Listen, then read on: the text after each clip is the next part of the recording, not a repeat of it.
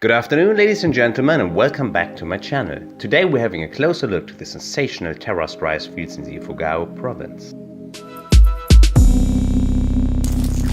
Along these spectacular roads in this mountain area, you find many beautiful terraced rice fields.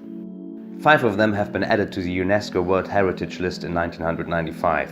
I'd like to illustrate 2 of them for you, and we're getting things started with Batad.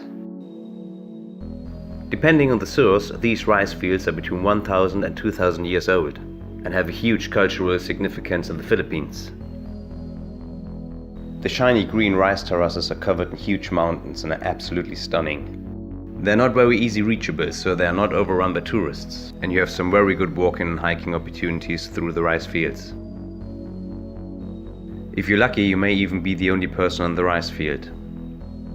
After a very exhaustive hike, you may climb down to the Hapao waterfalls and get a little refreshment at the cold and clear water. Ah, what a great feeling! I remember the fresh and cold water after the intensive hike. It's just for me and some locals around this natural lake. We continue with the second place, Banaue. These rice fields are the largest and the most popular in the Ifugao Province. Occasionally, these extremely spectacular rice fields are called the 8th wonder of the world. They seem to be harvested twice a year, and when I arrived in Banaue, unfortunately, they just were harvested. They still were very impressive and I enjoyed every minute there.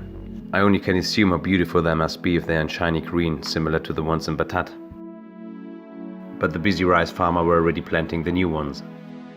There's more tourism in Banaue and Batad, and there's a large street covering the rice fields, so you can take a scooter or a bicycle to drive alongside the rice terrace. There are several opportunities to walk down to the rice fields. You should, however, be careful where you're going to, because the path is not always in the best condition.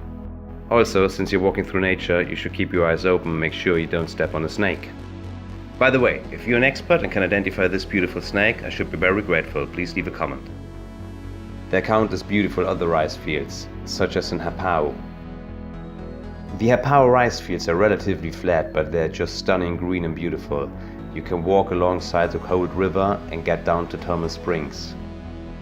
It is mandatory to book a guide, so you may group up with other people to make it cheaper. I have to admit that they're not the most beautiful springs, but it's such a good feeling to sit down and to just relax. After the intensive hike, it's a good idea to jump into the clear and very cold river, which is a brilliant feeling, and also to wash off the thermal waters of the spring. Conclusion. In conclusion, I can say that I extremely enjoyed my stay in the Ifugao Province.